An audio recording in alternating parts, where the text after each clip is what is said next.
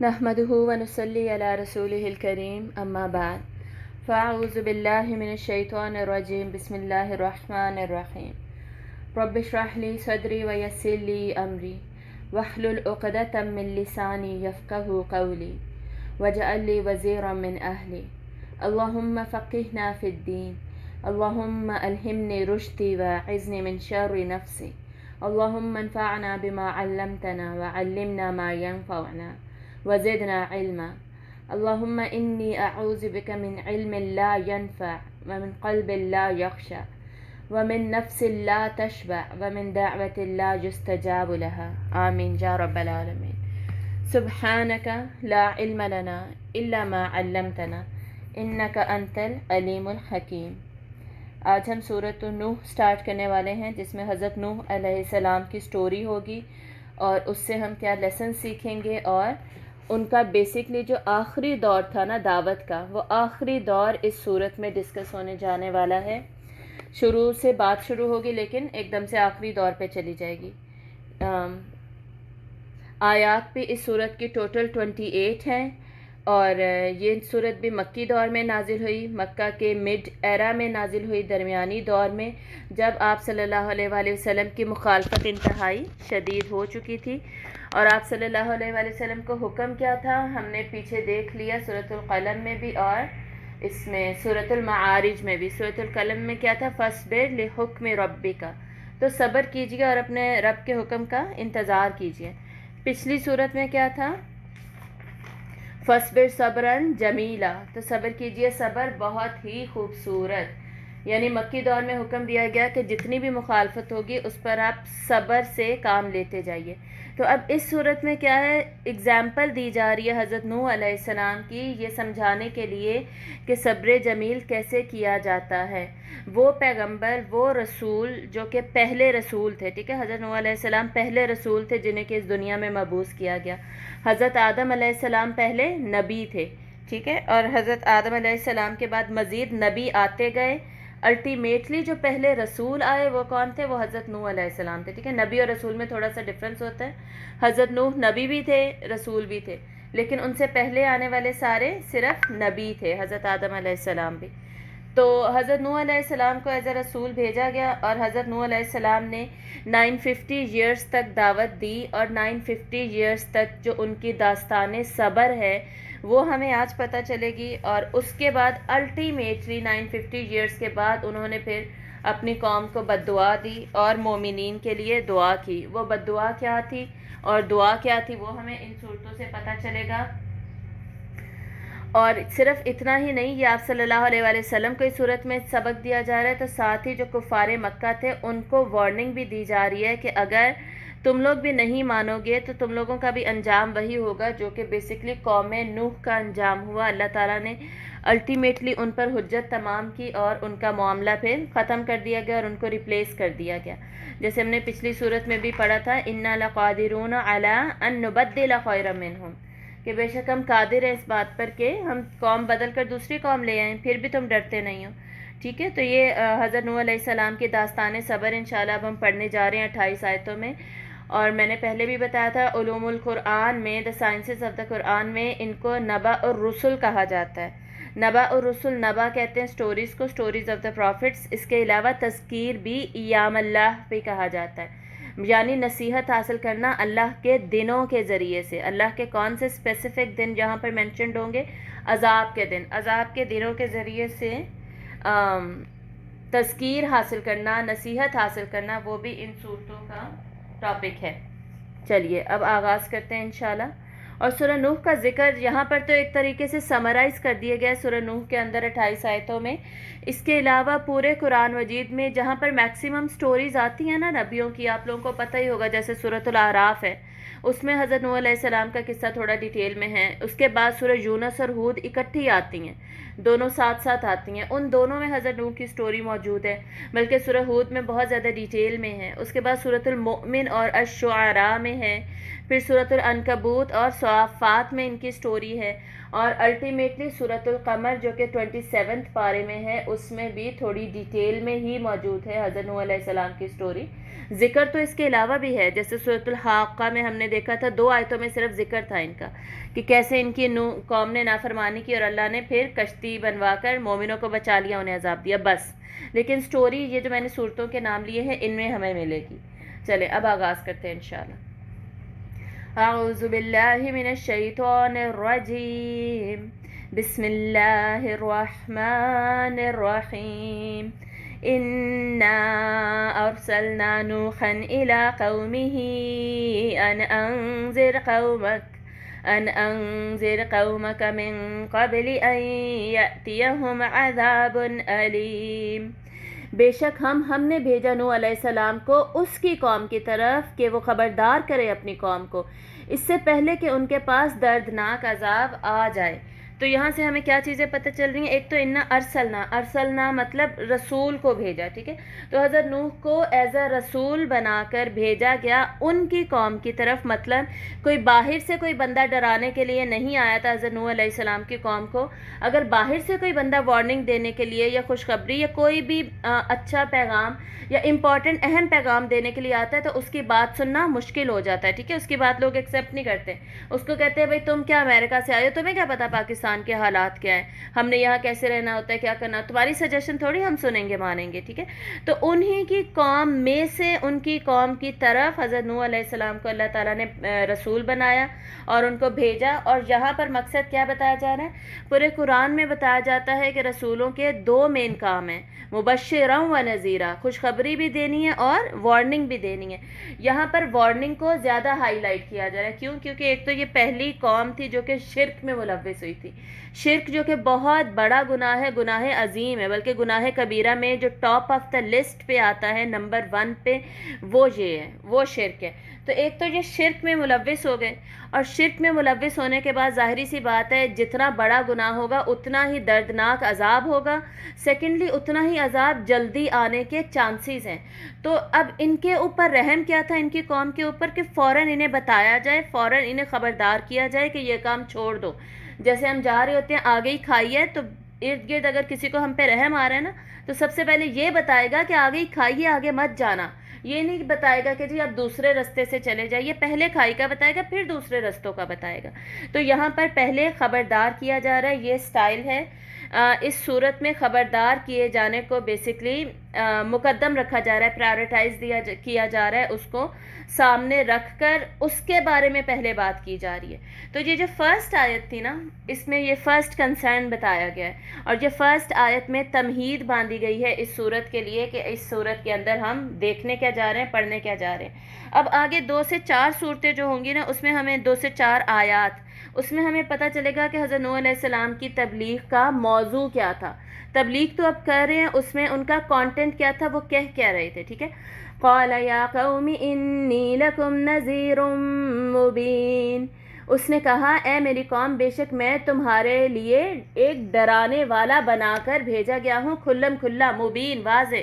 یعنی میں جو تمہیں خبردار کر رہا ہوں اور میرا میسیج ہے بالکل کلیئر ہے، اس میں کسی قسم کا کوئی ڈاؤٹ یا کنفیوژن نہیں ہے کہ تمہیں سمجھ ہی نہیں آ رہی یا تم بات سمجھ نہیں سکو گے. پھر اگر سمجھ نہیں سکتے تو ماننے میں مسئلہ ہوگا، ٹھیک ہے. جو واضح میسیج ہوتا ہے نا، اس پہ رسپانس کیسا ہوتا ہے؟ جتنا واضح میسیج ہوگا اتنا ہی رسپانس کوئک ہوگا، جلدی ہوگا، رد عمل فوراً ملے گا. اور سمعنا و اطعنا والی جو کنڈیشن ہوتی ہے نا کہ سن لیا اور فوراً اطاعت کی، وہ جلد از جلد ہو جاتا ہے. کیوں؟ کیونکہ ہمیں بات ساری کی ساری سمجھ جو آ گئی. اور رسولوں کا کام ہی یہ تھا کہ وہ مبینات پیش کریں، واضح خبر دیں، بالکل کلیئر کے سامنے والے انسان کو مکمل طور پہ بات سمجھ آ جائے. ان اعبدوا اللہ واتقوہ واطیعون. یہ اب 3 پوائنٹس بتائے جا رہے جہاں پر جن کے اوپر پورا فوکس تھا حضرت نوح علیہ السلام کے دعوت کے پیغام کا. وہ کیا ہے؟ نمبر 1 ان اعبدوا اللہ، کہ تم عبادت کرو اللہ کی. مطلب وہ لوگ شرک میں ملوث تھے تو انہیں کہا جا رہا ہے کہ عبادت صرف اور صرف اللہ کی جائے گی اور کسی کی نہیں کی جائے گی. مطلب بندگی میں آ جاؤ اللہ تعالیٰ کی، اپنے آپ کو اللہ کا غلام بنا لو. عبادت کیا ہوتی ہے؟ عبادت کی ڈیفینیشن کیا ہے؟ بیسکلی عبادت کا مطلب ہے اللہ تعالیٰ کی محبت میں اللہ تعالیٰ کی مکمل اطاعت کرنا، ٹھیک ہے. عبادت از equal to 2 things. 2 elements are included in عبادت: worship of Allah, that is love of Allah plus total obedience, full submission to اللہ. ٹھیک ہے، یہ دو چیزیں آئیں گی، محبت الہی پلس اطاعت الہی، اور وہ بھی مکمل، یہ عبادت میں آتا ہے. تو اللہ تعالیٰ کی عبادت کرو، صرف سارا کا سارا بندگی پر فوکس کرو اللہ کی. واتقوہ، اور اس کا تقوی اختیار کرو. تقوی اختیار کرنے میں امپورٹنٹ چیز کیا ہوتی ہے؟ گناہوں سے بچ کے چلنا، اللہ کی نافرمانی سے، اللہ کی ناراضگی سے، اور اللہ کے عذاب سے، سارے کے سارے گناہوں سے جن سے کہ اللہ تعالیٰ کی پکڑ ہو سکتی ہے، ان سب سے بچ بچ کر زندگی گزارنا. تو گناہوں کو چھوڑنے پہ فوکس کرو. وَأَطِيعُونَ، اور میری اطاعت کرو. یہ جو نون کے نیچے چھوٹا سا زیر لگا ہوا ہے نا، اس کا مطلب ہوتا ہے میری، اور میری اطاعت کرو. یعنی رسول کیا کہہ رہے ہیں کہ میری اطاعت کرو. رسول کی اطاعت ہمیں یہاں سے پتہ چل رہی ہے کتنی زیادہ ضروری ہے. کیوں ضروری ہے؟ کیونکہ رسول کی اطاعت میں کیا ہوتا ہے؟ رسول کی اطاعت سے ہی پتہ چلے گا کہ بھائی کس طریقے سے عبادت کرنی ہے. عبادت اب پتہ چل گیا نماز پڑھو قرآن سے، لیکن ہمیں یہ نہیں پتہ طریقہ کیا ہونا چاہیے. تو وہ جو میتھڈالوجی ہے نا، وہ بتانے کے لیے رسول کی اطاعت کرنا بہت زیادہ ضروری ہے. دوسرا، احکامات کی تشریح کرنے کے لیے ان کی ایکسپلینیشن ہمیں کہاں سے ملتی ہے؟ وہ رسولوں سے ملتی ہے. اس کے لیے بھی رسولوں کو فالو کرنا بہت زیادہ ضروری ہے. تو رسول کو پکچر سے نکال دیں، نکالنے کے بعد ہم صرف اللہ کو فالو کریں، یہ پاسبل ہے ہی نہیں. تو حضرت نوح علیہ السلام بھی کیا میسج دے رہے ہیں کہ بھائی میری اطاعت کرو، میری بات ماننا تم پر فرض ہے. کیوں؟ کیونکہ مجھے اللہ تعالیٰ نے ایک منصب اعلیٰ دیا ہے. وہ کیا ہے؟ ایک سٹیٹس دیا ہے. وہ کیا ہے؟ کہ میں اللہ کا رسول ہوں. رسولوں کو اللہ تعالیٰ نے نبیوں پر فضیلت دی ہے. نبی کتنے تھے؟ 1,24,000. ان نبیوں میں سے رسول کتنے تھے؟ آلموسٹ 310. ٹھیک ہے، آلموسٹ، تقریباً 310 تھے. یہ دونوں ہی جو کاؤنٹنگ والی احادیث ہے نا، کوانٹیٹی میں آپ کو نبیوں رسول کی بتا رہی ہوں، یہ دونوں ہی ضعیف حدیثیں ہیں، لیکن یہ ہمیں ملتی ہیں مسند امام احمد میں. ٹھیک ہے، اور اس کے بعد رسولوں میں سے بھی اللہ تعالیٰ نے چوز کیے اولو العزم رسول. وہ رسول جنہوں نے حد سے زیادہ قربانیاں دیں، جو کہ صبر، استقامت اور پرزسٹنس اور کنسسٹنسی میں بالکل پکے تھے، جمے ہوئے تھے، ریزیلینس دکھاتے تھے. مخالفت کا حد سے زیادہ مقابلہ انہوں نے کیا. ٹھیک ہے، وہ کتنے تھے؟ وہ ٹوٹل 5 ہیں اولو العزم رسول. ان میں رسول اللہ صلی اللہ علیہ وآلہ وسلم ٹاپ پر آتے ہیں، نمبر 1، جو کہ امام الرسل بھی ہے. اس کے بعد حضرت ابراہیم علیہ السلام ہیں. اس کے بعد حضرت نوح علیہ السلام ہے، جن کی ہم سٹوری آج پڑھ رہے ہیں. تو اتنے زیادہ امپورٹنٹ یہ رسول ہیں، اللہ تعالیٰ نے ان کو خود فضیلت دی اور اتنی زیادہ فضیلت دی. اور اولو العزم 5 رسولوں میں حضرت نوح کے بعد حضرت موسیٰ آتے ہیں، اور پھر حضرت عیسیٰ علیہ السلام. ٹھیک ہے، تو ہم بات کر رہے تھے اطاعت رسول کی کتنی زیادہ امپورٹنٹ ہے. خصوصاً سورۃ النساء میں جب ہم جائیں گے نا، جس میں بیسکلی کمزوروں کے حقوق کی بات ہوتی ہے، ساتھ ہی ساتھ نا پوری کمیونٹی بلڈنگ کی بھی بات ہوتی ہے. ٹھیک ہے، سورۃ النساء میں یہ 2 ٹاپکس ساتھ ساتھ چلتے ہیں. اس میں بہت زیادہ رسول کی اطاعت پر آیات موجود ہیں. اگر کسی نے دیکھنی ہو نا رسول کی اطاعت پر آیات، تو وہ سورۃ النساء میں چیک کریں. اس میں اللہ تعالیٰ فرماتے ہیں وَمَا أَرْسَلْنَا مِن رَسُولٍ إِلَّا لِيُطَاعَ بِإِذْنِ اللَّهِ. تو ہم نے نہیں بھیجا کسی بھی رسول کو مگر اس لیے کہ اللہ کے حکم سے اس کی اطاعت کی جائے. یعنی یہ اللہ کا حکم ہے کہ اس کی اطاعت کی جائے. اس پہ میں ابھی اتنا کیوں فوکس کر رہی ہوں؟ کیونکہ آج کل بہت سارے ایسے لوگ پیدا ہو چکے ہیں جو کیا کہتے ہیں، سنت پہ عمل کرنا ضروری نہیں ہے، بس جو قرآن میں ہے نا وہ بس وہی کریں گے، اس کے علاوہ کچھ نہیں کریں گے. حدیث، اچھا یہ حدیث میں تو کیا ہوا؟ حدیث پڑھنا بھی ضروری نہیں ہے، حدیث پہ عمل کرنا بھی ضروری نہیں ہے، حدیث کو سیکنڈری امپورٹنس دی ہوئی ہے. ٹھیک ہے، رسول کی اطاعت ہمارے لیے سنت اور حدیث کے بغیر ممکن ہی نہیں ہے. اس کے علاوہ باقاعدہ ایک گروپ بن چکا ہے جن کو دا قرآنسٹ کہتے ہیں، جو کہ منکر حدیث ہیں. ٹوٹلی حدیث کو ریجیکٹ کر دیتے ہیں اور کہتے ہیں کہ صرف جو قرآن میں ہے وہی ہم فالو کریں گے، حدیث کو فالو ہی نہیں کریں گے. اس طرح کی غلط تفاسیر بھی مل جاتی ہیں. میں بالکل ریکمینڈ نہیں کروں گی آپ لوگ یہ ڈھونڈ کے پڑھیں. کیوں؟ کیونکہ جو لوگ بگنرز ہیں وہ تو بالکل اس طرف نہیں جائیں گے. وہ پہلے یہ سارا جو صحیح رستہ ہے، صحیح تفاسیر ساری پڑھ لیں، اس کے بعد ضرور جائیں. لیکن جو فتنے ایگزسٹ کرتے ہیں آج کل کے زمانے میں، اس کا ہمیں پتہ ہونا چاہیے تاکہ ہم کاؤنٹر ریئیکٹ کر سکیں، ہم فائٹ کر سکیں، ہم ان سارے احکامات کو، قرآن کو، حدیث کو ڈیفینڈ کر سکیں. ٹھیک ہے، یہ کام بھی کسی نہ کسی نے کرنا ہی ہے. تو جو لوگ پڑھ چکے ہیں تفاسیر، آگے ڈیٹیل میں جا چکے ہیں، وہ ان پر مزید ریسرچ کر سکتے ہیں. مزید اللہ تعالیٰ کیا فرماتے ہیں؟ پہلے بھی ہم نے یہ آیت پڑھی تھی جب سورۃ التغابن ہم دیکھ رہے تھے، مَن یُطِعِ الرَّسُولَ فَقَدْ اَطَاعَ اللَّهَ. جس نے رسول کی اطاعت کی، اسی نے تو اللہ کی اطاعت کی ہے. ٹھیک ہے. تو ہمیں ساری جو دین، مکمل دین اگر ہم اس کا نقشہ چاہتے ہیں، اس کا سٹرکچر چاہتے ہیں، تو ہمیں ضرورت ہے کہ ہم رسول کو فالو کریں. کیسے فالو کریں گے؟ ابھی ہمارے درمیان تو موجود نہیں ہے نا. جو ان کی باتیں موجود ہیں، جو ان کا عمل موجود ہے، قول اور عمل کو اللہ تعالیٰ نے آپ صلی اللہ علیہ وآلہ وسلم کے پریزرو کر کے ہم تک محفوظ کر کے ہمیں دے دیا. یہی کتنا بڑا اللہ تعالیٰ کا احسان ہے، اس کو ہم نے فالو کرنا ہے. ٹھیک ہے. اور احادیث اور سنت جو ہے، قول و فعل آپ صلی اللہ علیہ وسلم کا، اور عمل، یہ ایسے ہی جمع نہیں ہوا. یہ پراپر سائنسز ہیں. یہ بھی سائنسز آف حدیث ہے، اصول حدیث جس کو کہا جاتا ہے. اور اس کی اتنی زیادہ ڈیٹیلڈ اسٹڈی ہے کہ اگر پوری چین آف حدیث میں کسی کا تھوڑا سا حافظہ بھی کمزور ہوتا تھا نا، میموری ویک ہوتی تھی، اس کو بھی ریجیکٹ کر دیتے تھے، اس کی بھی حدیث نہیں لیتے تھے کہ نہیں ہو سکتا یہ غلطی کر جائے.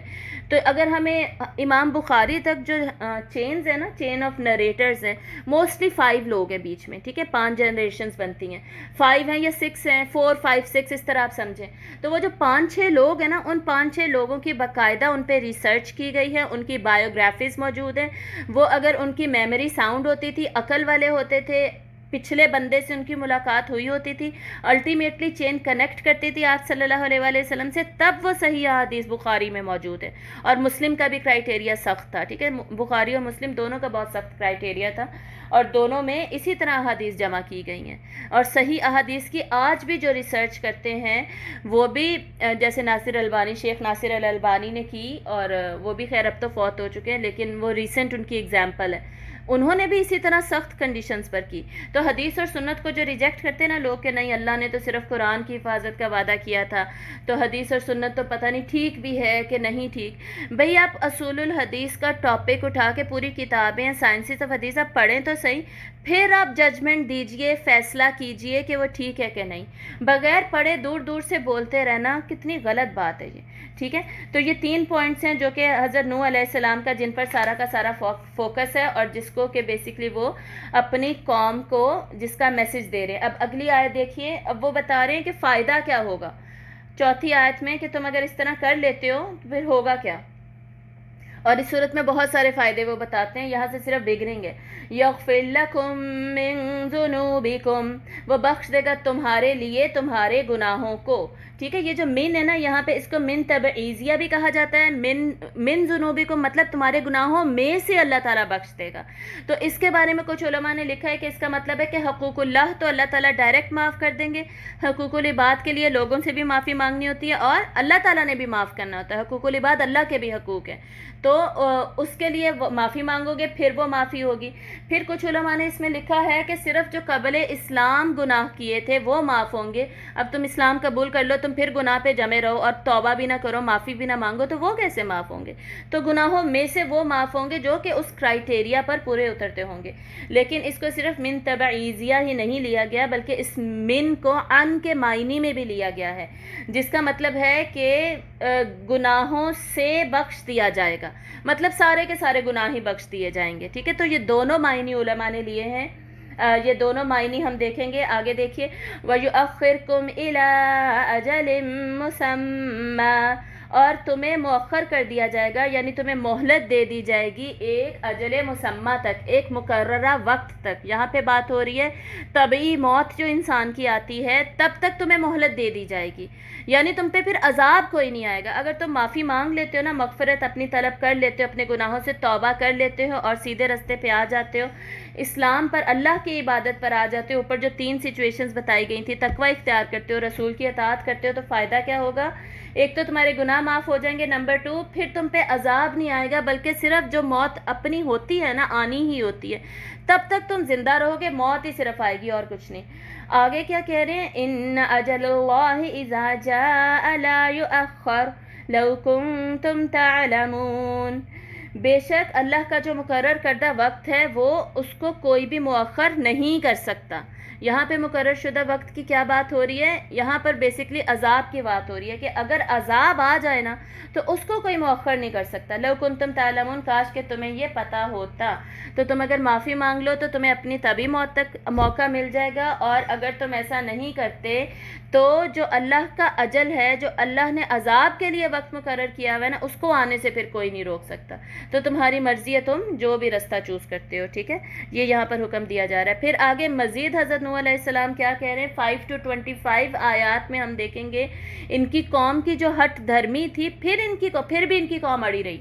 حضرت نوح علیہ السلام کا معجزہ کیا تھا؟ اللہ تعالیٰ نے انہیں اتنی لمبی عمر دی، 950 پلس ایئرز، 1150 ایئرز آلموسٹ حیات رہے حضرت نوح علیہ السلام. اس کے بعد وفات ہوئی، لیکن 950 ایئرز انہوں نے دعوت دی تھی ان مشرکین کو. ٹھیک ہے، تو یہ 950 ایئرز کے اندر کتنے لوگ ایمان لائے تھے؟ بہت ہی کم، اراؤنڈ 50 کہا جاتا ہے. کچھ علماء تو اس سے بھی کم لکھتے ہیں کہ اس سے بھی کم لوگ ایمان لے کر آئے تھے، صرف حضرت نوح کے بیٹے ہی تھے، یا کچھ تھوڑی بہت فیملی تھی. ٹھیک ہے، یا بیٹیاں تھیں، بس اس طرح. اور 3 بیٹے تو حضرت نوح کے تھے، وہ تو ہمیں ساری ہسٹری کی بک سے پتہ چلتے ہیں. حضرت نوح کے وہ 3 بیٹے جن سے کہ باقی ساری نسل انسانی پھر پھیلی، اور باقی پیغمبر بھی انہی کی نسلوں میں سے آئے. لیکن چلے ہم ازیوم کر لیتے ہیں کہ 50 تھے، 50 to 70 تھے. ٹھیک ہے، پھر بھی 950 ایئرز میں ریشو کیا بن رہا ہے؟ ایک سال میں ایک بندہ بھی ایمان نہیں لے کر آ رہا، تقریباً 1.5 سال میں ایک بندہ ایمان لے کر آ رہا ہے، اتنا تھوڑا. تو ان کی قوم اپنی ہٹ دھرمی پہ جمی رہی. اس پر پھر یہ حضرت نوح علیہ السلام اللہ سے فریاد کر رہے ہیں، اللہ تعالیٰ سے اپنے حالات کو بیان کر رہے ہیں. جیسے رو کر دکھ ہم شیئر کرتے ہیں نا، اس طرح دکھ شیئر کر رہے ہیں اور بتا رہے ہیں کہ یا اللہ میں نے اتنی محنت کی پھر بھی یہ مان نہیں رہے. آگے دیکھیے، اب یہ ہوگا 5 سے 25 آیات تک آلموسٹ حضرت نوح علیہ السلام کی مختلف باتیں. پہلے حضرت نوح علیہ السلام کس سے بات کر رہے تھے؟ قوم سے. اب حضرت نوح علیہ السلام کس سے بات کر رہے ہیں؟ اللہ تعالیٰ سے. ٹھیک ہے، تو اس حساب سے ان آیات کو دیکھیے. قال رب انی دعوت قومی لیلا ونہارا. اس نے کہا اے میرے رب، بے شک میں نے اپنی قوم کو پکارا رات اور دن. میں نے رات اور دن ایک کر دیا. میں نے ان کے لیے نہ وقت دیکھا، نہ یہ دیکھا کہ میں آرام کروں، رات ہو گئی ہے، نہ یہ دیکھا کہ میں دن کروں، دن میں معاش کی فکر کروں، کمانے کی طرف جاؤں. میں نے کچھ بھی نہیں دیکھا، میں نے صرف اور صرف اپنی قوم کی فکر کی. اس سے ہمیں کیا پتہ چل رہا ہے کہ جو نبی ہوتے ہیں وہ رسول خصوصاً، باقی بھی بہت سارے لوگوں میں یہ خوبیاں ہوتی ہیں، لیکن خصوصاً نبی اور رسول اپنی قوم کو اپنی اولاد کی طرح سمجھتے ہیں. ان کی خیر خواہی کی ہر وقت فکر ہوتی ہے، ان کے لیے تڑپ، ان کے لیے شفقت، ان کے لیے نرمی، پیار. اسی لیے واضح پیغام بھی دے رہے تھے اور کوئی موقع چھوڑ نہیں رہے انہیں دعوت دینے کا. یہاں سے ہمیں یہ بھی پتہ چل رہا ہے ان کی انتھک محنت کتنی زیادہ تھی. چھٹی نہیں کر رہے تھے کہ جی سنڈے کو میں نے کام نہیں کرنا یا فرائیڈے کو میں نے کام نہیں کرنا. ہمارے اندر یہ جو چھٹی کا کانسیپٹ آیا نا، یہ بیسکلی اسلام کا کانسیپٹ تھا نہیں جو چھٹی کا.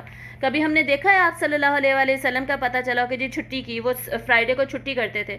ٹھیک ہے، فرائیڈے کو ہم سورۃ الجمعہ آلریڈی پڑھ چکے ہیں. اس میں اللہ تعالیٰ کیا کہتے ہیں؟ اذا نودی للصلاۃ من یوم الجمعۃ فاسعوا الی ذکر اللہ، کہ جب جمعے کی نماز کے لیے بلایا جاتا ہے نا، اذان ہوتی ہے، تب سارا کچھ چھوڑ دو. وذروا البیع، خرید و فروخت، تجارت وغیرہ کو چھوڑ دو اور آ کر اللہ تعالیٰ کے لیے نماز پڑھو. ٹھیک ہے، لیکن فائزہ قضیت الصلاۃ، تو پھر جب نماز مکمل ہو جائے تو زمین کے اندر فانتشروا، پھیل جاؤ، پھر زمین میں پھیل جاؤ، اللہ کا فضل تلاش کرو.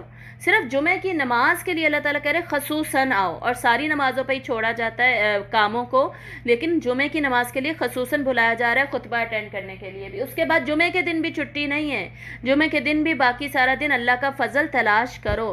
تو یہ جو چھٹی کا کانسیپٹ ہے نا، سنڈے یا سیٹرڈے یا فرائیڈے، ابھی سیٹرڈے کی چھٹی بھی بند ہوگی ہے تو کافی لوگوں کو دکھ بھی ہو رہا تھا، تو ان کو یہ ضرور سننا چاہیے. تو چھٹی کا کانسیپٹ ہمیں اللہ تعالیٰ نے کوئی دیا نہیں ہے. اللہ تعالیٰ نے ہمیں کیا سسٹم دیا ہے؟ جو تمہارا گول ہے، جو مقصد ہے، اس کے اوپر جمے رہو، اس کے اوپر لگے رہو، اس کو پانے کے لیے اس محنت کرتے رہو، مسلسل محنت. زندگی محنت کا نام ہے، زندگی آرام کا نام نہیں ہے.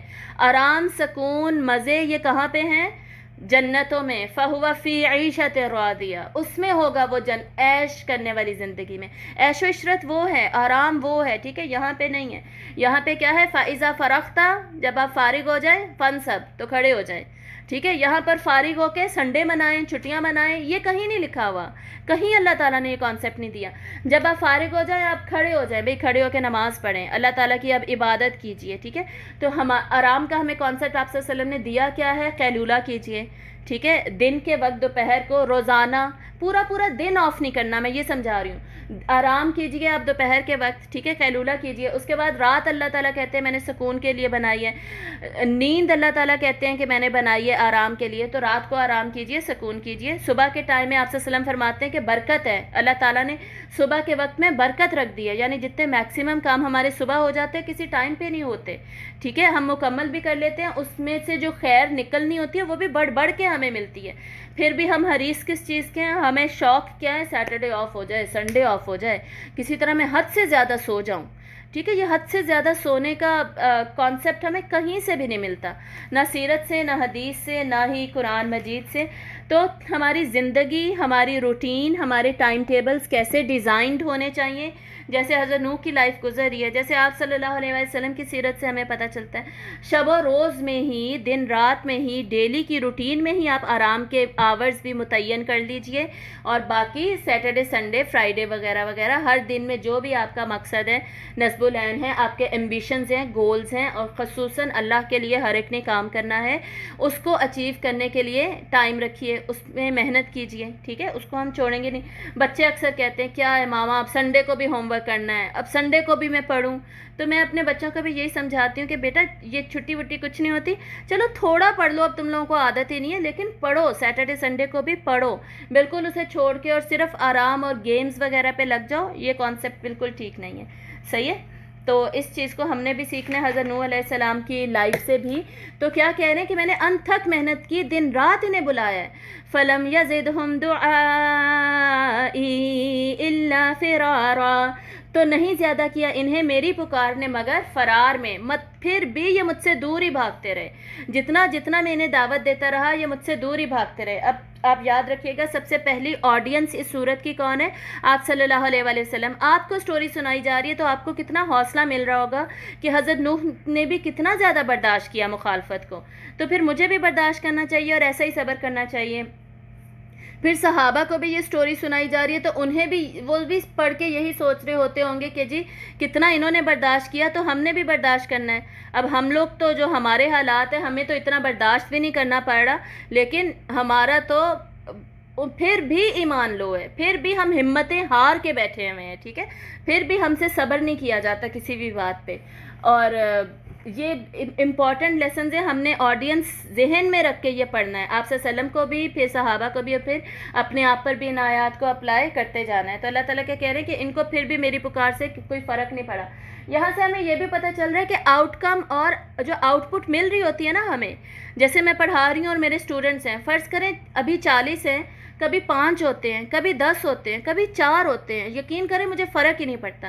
داعی کو یا پڑھانے والے کو، درس دینے والے کو، ٹیچر کو، معلم کو، کسی کو بھی ان چیزوں سے فرق نہیں پڑنا چاہیے کہ اس کی آڈینس کتنی ہے یا آؤٹ کم کتنا آ رہا ہے، کون کتنا کنونس ہو رہا ہے، میں نے کس کو الٹیمیٹلی پردہ کرنے پہ لگا دیا، نماز پڑھنے پہ لگا دیا، وغیرہ وغیرہ۔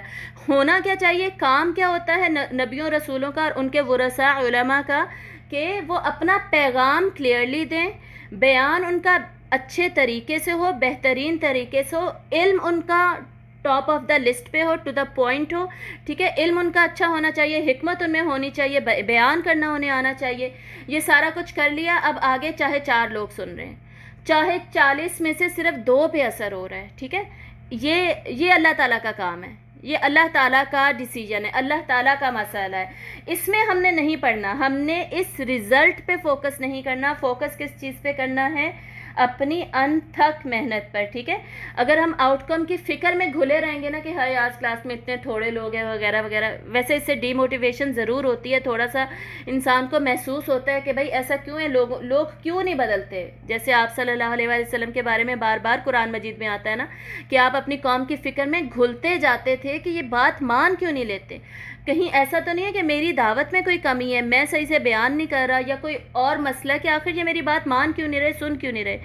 تو اللہ تعالیٰ بار بار قرآن میں سمجھاتے ہیں کہ نہیں، آپ رزلٹس کی فکر مت کیجئے، یہ آپ کا کام ہی نہیں ہے، آپ کا کام ہے کلیئرلی صحیح پیغام دینا، بس اس پہ فوکس ہو۔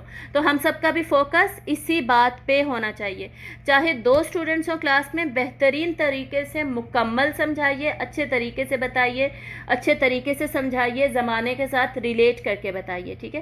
اگلی آیت دیکھیے، وَإِنِّي كُلَّمَا دَعَوْتُهُمْ لِتَغْفِرَ لَهُمْ جَعَلُوا أَصَابِعَهُمْ فِي آذَانِهِمْ وَاسْتَغْشَوْا ثِيَابَهُمْ وَأَصَرُّوا وَاسْتَكْبَرُوا اسْتِكْبَارًا، اور بے شک میں نے جب کبھی بھی میں نے انہیں پکارا تاکہ یا اللہ تو انہیں بخش دے، انہوں نے اپنے کانوں میں انگلیاں ڈال لیں اور انہوں نے اپنے آپ کو کپڑوں سے ڈھانپ لیا، اور یہ ضد پر اڑ گئے اور انہوں نے تکبر کیا، خوب تکبر کرنا، یعنی انتہا درجے کا انہوں نے تکبر کیا۔ تکبر اور ضد وجہ تھی ان کے انکار کی، اور تکبر اور ضد ایروگنس، ایگو کی وجہ سے، اپنی فالس پرائڈ کی وجہ سے یہ کرتے کیا تھے؟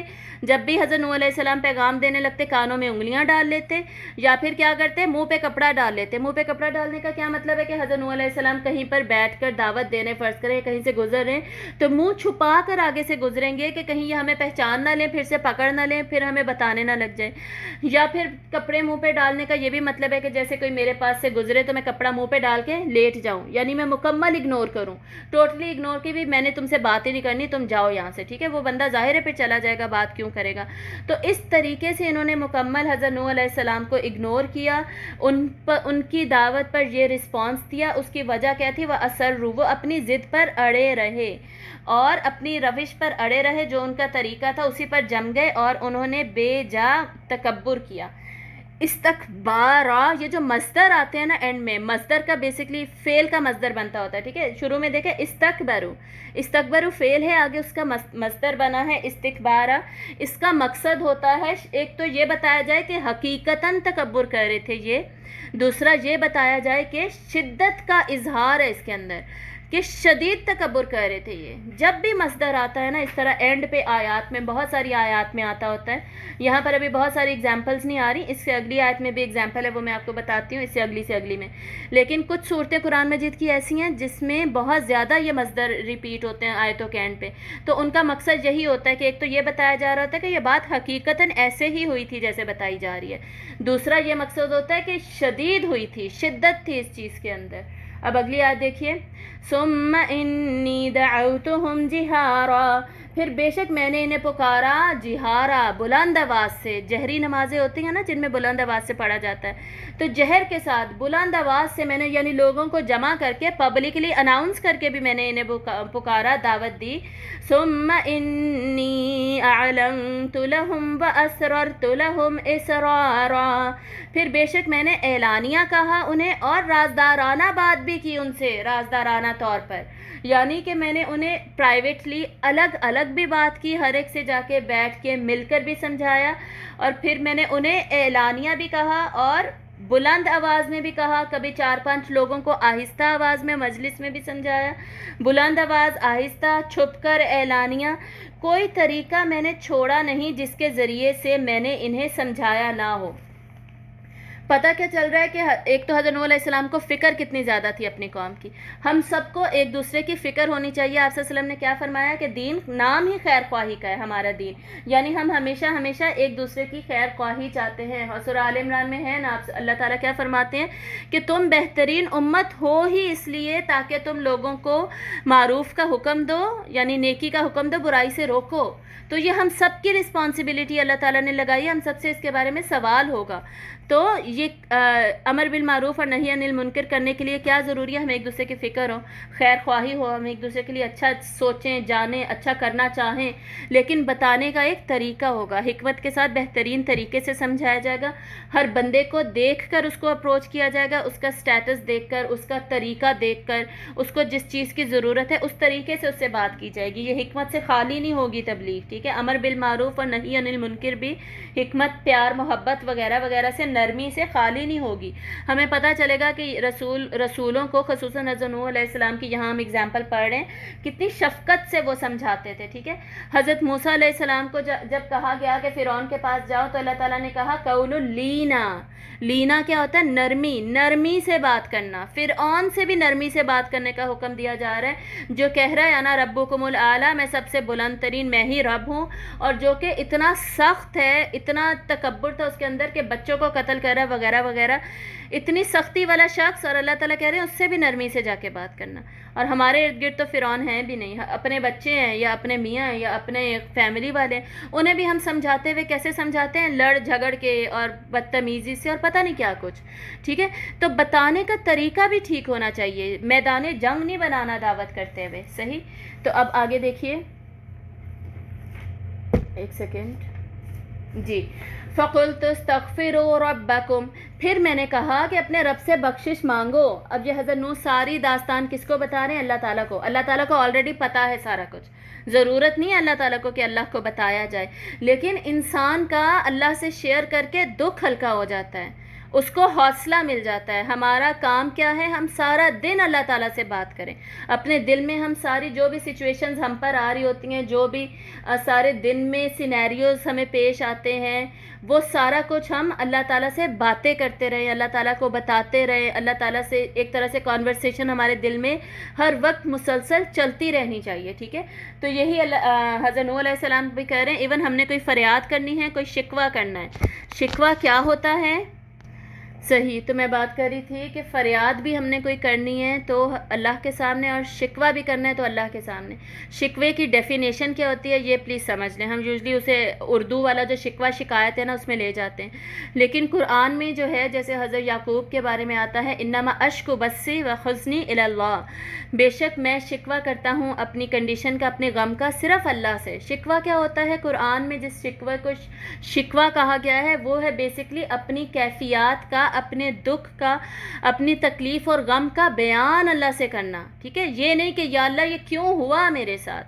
اعتراضات کرنا، آبجیکشنز کرنا، یہ عربی میں جو شکوہ ہے نا اس کے اندر نہیں آتا. تو جب بھی ہم قرآن میں یا حدیث میں شکوہ کا ورڈ آئے گا تو آپ نے خود سمجھ لینا ہے کہ اس کا مطلب یہ نہیں ہے کہ اعتراضات کریں یا آبجیکشنز ہونی ہے کہ یہ ایسا کیوں ہوا، ویسا کیوں ہوا، جیسے آج کل ہم کرتے ہیں یا اللہ میرے ساتھ ہی یہ کیوں ہوا، میرا ہی رزلٹ کیوں خراب ہوا، میں نے تو اتنی محنت کی تھی پھر ایسے کیوں ہو گیا، میری تو گاڑی ٹھیک تھی پھر میرا ایکسیڈنٹ کیوں ہو گیا. ٹھیک ہے. یہ کیوں کیوں کیوں والی بات نہیں کرنی اللہ تعالیٰ کے ساتھ. ٹھیک ہے. اللہ تعالیٰ کی حکمت تھی، اللہ کی مشیت تھی جو ہمارے ساتھ ہو گیا، ہم نے اس کو ایکسیپٹ کر لیا. اللہ کے ساتھ صرف باتیں کرنی ہے، بیان کرنا ہے. جیسے حضرت نوح علیہ السلام کہہ رہے ہیں، کہیں بھی یہ نہیں کہہ رہے کہ یا اللہ میری قوم نے مجھے ریجیکٹ کیا کیوں، اتنی محنت کی پھر بھی، یہ نہیں کہہ رہے. بس اپنی داستان بیان کر رہے کہ یا اللہ ایسے ایسے میں نے محنت کی پھر بھی یہ سارا کچھ ہو رہا ہے. ٹھیک ہے. اب آگے دیکھیے. فَقُلْتُ اسْتَغْفِرُوا رَبَّكُمْ إِنَّهُ كَانَ غَفَّارًا، پھر میں نے کہا کہ اپنے رب سے بخشش مانگو، بے شک وہ تمہیں بہت بخشنے والا ہے. اللہ تمہیں معاف کر دے گا، تم بخشش مانگو تو صحیح. يُرْسِلِ السَّمَاءَ عَلَيْكُمْ مِدْرَارًا، وہ بھیجے گا آسمان کو تم پر خوب برسنے والا، مدرارا خوب بارش برستے ہوئے بادل بھیجے گا اللہ تعالیٰ. یہ اب یہاں پہ کیا بتایا جا رہا ہے؟ استغفار کے بینیفٹس بتائے جا رہے ہیں. ٹھیک ہے. اور اسلام لانے کے بھی بینیفٹس. مسلمانوں پر اللہ تعالیٰ کی خاص رحمتیں برستی ہیں، وہ دینی بھی ہیں دنیاوی بھی ہیں. دینی انہیں اخروی بینیفٹ بھی ہوتا ہے اور دنیاوی بینیفٹ بھی ہوتے ہیں، خصوصاً استغفر اللہ کے. جب ہم استغفار پڑھتے ہیں نا بار بار تو استغفر اللہ پڑھنے کے بہت زیادہ بینیفٹس ہیں. ہم سمجھتے ہیں صرف ہمارے گناہ معاف ہو رہے ہیں اور درجات بلند ہو رہے ہیں، یہ اخروی فائدہ ہے، یہ بھی ملتا ہے. ساتھ ساتھ دنیاوی فائدے بھی مل رہے ہوتے ہیں. وہ جو دنیاوی فائدے ملتے ہیں نا ان کا یہاں پر ان کو مینشن کیا جا رہا ہے، اور بہت ہی امپورٹنٹ یہ آیات ہیں، ان کو یاد رکھنا ہے. کیا کہہ رہے ہیں حضرت نوح علیہ السلام اپنی قوم سے؟ اللہ کو بتا رہے ہیں کہ یا اللہ میں نے یہ بھی بتایا کہ بھئی تم اللہ سے معافی مانگ لو، اللہ تعالیٰ بارشیں بھیجیں گے. مطلب یہاں سے پتہ چل رہا ہے کہ ان کی قوم پہ کوئی قحط آیا ہوا ہوگا، یا فصل وغیرہ کاشتکاری وغیرہ اتنی اچھی کراپس نہیں آ رہی ہوں گی. ٹھیک ہے. نہیں بن رہی ہوں گی. جو حضرت نوح کہہ رہے ہیں کہ بھئی تم معافی مانگ لو اللہ تعالیٰ سے، اللہ تعالیٰ خوش ہو جائیں گے، یہ قحط تمہارا ختم ہو جائے گا اور بارشیں برس جائیں گی. اور علماء نے اس سلسلے میں یہ بھی لکھا ہے کہ تقریباً ہر رسول اور نبی کی امت پہ نا تھوڑا بہت قحط آیا ہی کرتا تھا، تاکہ انہیں احساس ہو اللہ تعالیٰ کی نعمتوں کا. جب اللہ تعالیٰ نعمت چھینتے ہیں تو لوگوں کو زیادہ احساس ہوتا ہے، جن کو ہونا ہوتا ہے، باقیوں کو پھر بھی نہیں ہوتا. تو انہیں احساس ہوتا ہے، وہ واپس آ جاتے ہیں اپنی نعمتوں کی قدر پہ اور شکر کرنے پہ. ٹھیک ہے، تو اس وجہ سے اللہ تعالیٰ نے قحط کے ذریعے سے تقریباً ہر امت کو آزمایا. تو یہی یہاں پہ حضرت نوح بھی کہہ رہے ہیں کہ اللہ تعالیٰ بارش بھیج دیں گے، تم لوگ کم از کم معافی تو مانگو. اور اس سلسلے میں یہ کچھ واقعات بھی علماء نے لکھے ہیں، ان میں ہمیں پتہ چلتا ہے حضرت عمر رضی اللہ تعالیٰ عنہ کے زمانے میں ایک دفعہ قحط پڑا اور انہوں نے بارش کے لیے دعا کرنے کے لیے باہر نکلے صحابہ کو لے کر، لیکن انہوں نے بارش کے لیے دعا کرنے کے بجائے صرف استغفار کی دعائیں مانگی پڑھیں اور بس ختم کر دیا اور وہاں سے جانے لگے. تو صحابہ نے پوچھا کہ یا امیر المؤمنین، آپ نے بارش کے لیے تو دعا ہی نہیں مانگی. تو حضرت عمر رضی اللہ تعالیٰ عنہ نے پھر انہیں یہی والی آیات سنائیں سورہ نوح کی اور فرمایا کہ استغفار کرنے سے یہ دنیاوی بینیفٹس بھی ہمیں حاصل ہوتے ہیں. اس کے علاوہ ایک اور واقعہ ہمیں ملتا ہے، تابعین میں بہت فیمس تابعی تھے حضرت حسن بصری رحمہ اللہ. ٹھیک ہے، ان کے بہت سارے واقعات ہمیں ملتے ہیں، بہت خوبصورت. تو حسن بصری کی مجلس میں نا وہ درس دیا کرتے تھے. ان کی مجلس میں ایک دن 3-4 لوگ آئے باری باری اور وہ سوال پوچھتے گئے. ایک نے کہا کہ میری اولاد نہیں ہوتی، مجھے اولاد کی بڑی تنگی ہے، میں کیا کروں؟ انہوں نے کہا تم استغفار کرو. پھر ایک نے آ کے کہا کہ میرے معاش کا کوئی بندوبست نہیں ہے، تنگ دستی ہے میرے پاس، میں کیا کروں؟ تو انہوں نے کہا کہ بھائی تم استغفار کرو. اسی طرح جو آتا گیا، جو اس نے پرابلم بتائی، ڈفرینٹ پرابلمس، تو حضرت حسن بصری نے رحمہ اللہ نے کیا فرمایا کہ بھائی تم استغفار کرو. تو ایک شخص وہاں موجود تھا، اس نے پوچھا کہ آپ ہر ایک کو ایک ہی سولوشن کیوں بتا رہے، ایک ہی حل کیوں بتا رہے؟ تو حضرت حسن بصری نے فرمایا، پھر سے یہی آیات پڑھی سورہ نوح کی اور فرمایا کہ استغفر اللہ پڑھنے کے اتنے زیادہ بینیفٹس ہیں کہ دنیا میں جو کام ہمارے رکے ہوئے ہوتے ہیں وہ بھی ہونے لگ جاتے ہیں. یعنی جو ہمارے گناہ ہیں نا بیسکلی، وہ ہماری دعا کی قبولیت میں رکاوٹ بن رہے ہوتے ہیں. تو جیسے ہی ہم توبہ کرنے لگتے ہیں، اب استغفار کا مطلب ہے کہ پوری مکمل توبہ کے جو میں نے 4 سٹیپس بتائے تھے نا وہ کیے جائیں گے. آج ویسے میں گروپ میں 4 سٹیپس لکھ کر بھی بھیج دوں گی انشاءاللہ، تاکہ سب کو زبانی یاد ہو جائیں.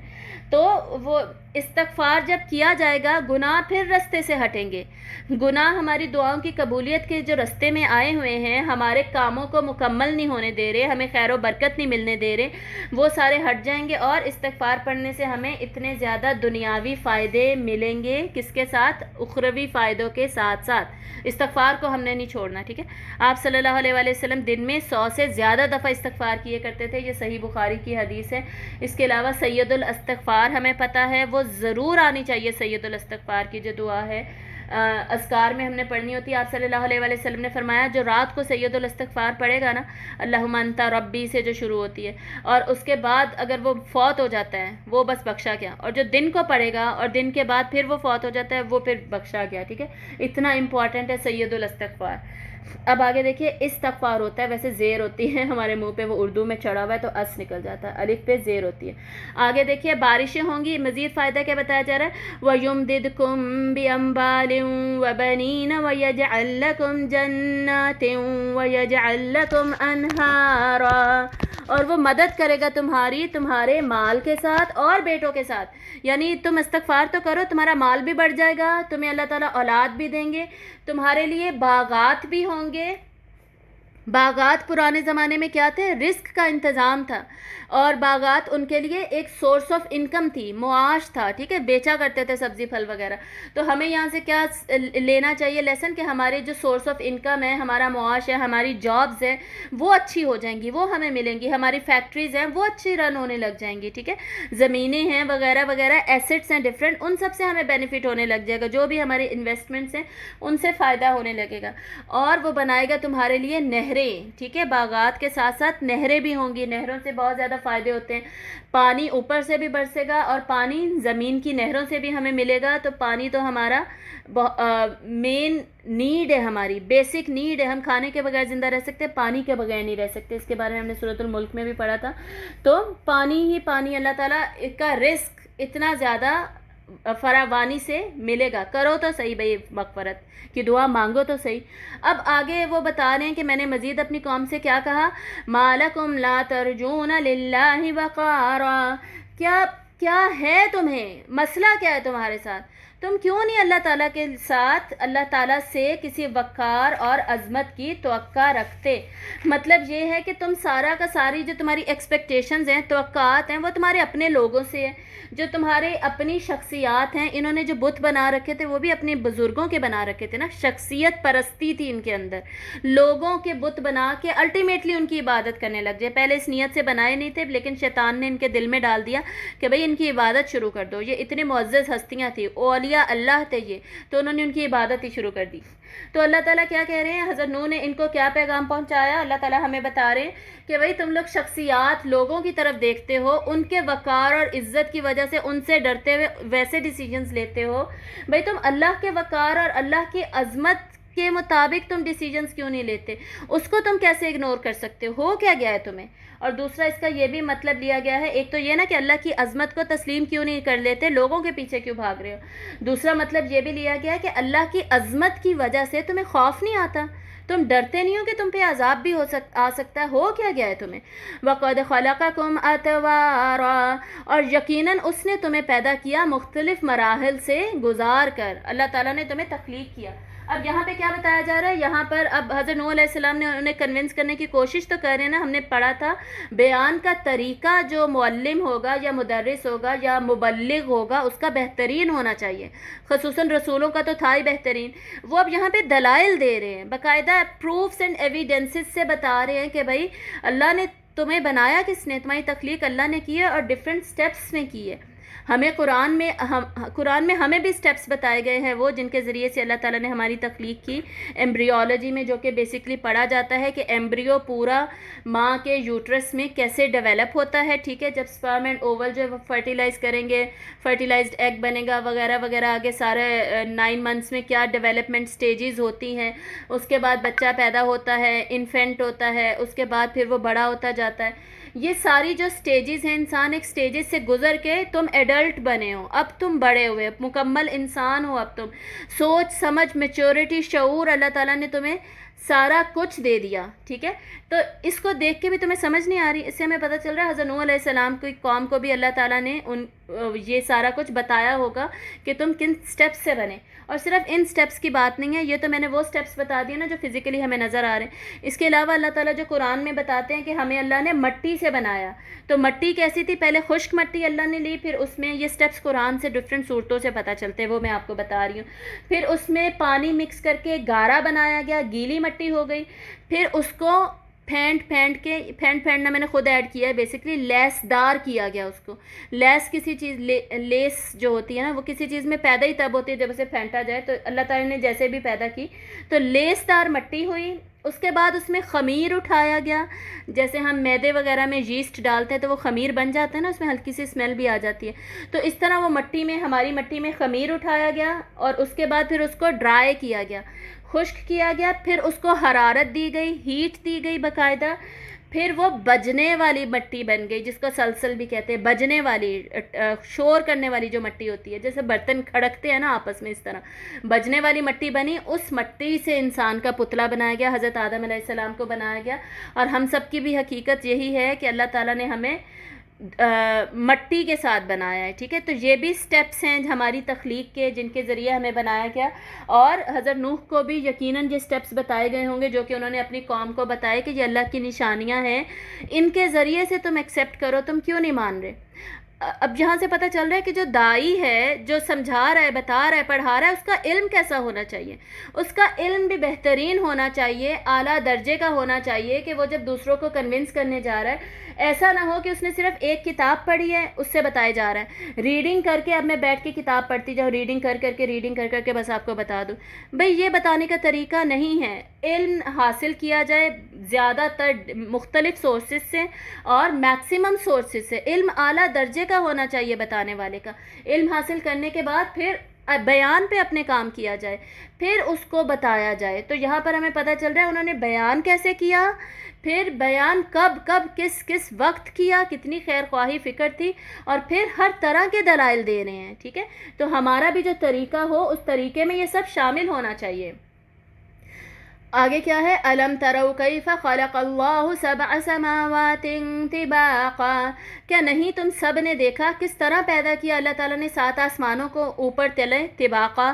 طباقا یہ ہم نے سورۃ الملک میں بھی پڑھا تھا، میں نے اس وقت بھی بتایا تھا، تہ در تہ پیدا کیا، مطلب جیسے کپڑے طے کر کے ہم ایک دوسرے کے اوپر رکھتے ہیں نا، اس طرح آسمان موجود ہیں، اور 7 اسکائز ہیں، 7 سماوات، یہ بہت ساری صورتوں سے پتہ چلتا ہے، یہاں بھی لکھا ہوا ہے، تو 7 آسمان ایک دوسرے کے اوپر موجود ہیں۔ جو ہمارا آسمان ہمیں نظر آتا ہے یہ کون سا ہے جس کو ابھی تک ایکسپلور کیا جا رہا ہے، دیٹ از سماء الدنیا، دنیا کا آسمان ہے جو سب سے نچلا آسمان ہے، آسمان نمبر 1، اور جس کا ذکر سورۃ الملک میں بھی تھا۔ تو اس کی تخلیق نہیں تم دیکھتے، پھر بھی تم مانتے نہیں ہو اللہ تعالیٰ کو۔ اس سارے کو میں کنکلوڈ کروں گی، پہلے اللہ کی نشانیاں ساری دیکھ لیتے ہیں۔ وَجَعَلَ الْقَمَرَ فِيهِنَّ نُورًا وَجَعَلَ الشَّمْسَ سِرَاجًا۔ تو اوپر دیکھیں جو 7 آسمان ہیں وہ ابھی بھی متشابہات میں، ابھی بھی یہ سائنٹسٹ ہو گئے، ریسرچر ہو گئے، یہ پروو نہیں کر سکے، ثابت نہیں کر سکے کہ 7 آسمان ہیں، لیکن اللہ نے ہمیں بتا دیا، ہمیں اس پر یقین ہے، اور ایکسپلوریشن کے مواقع ہمارے سامنے موجود ہیں۔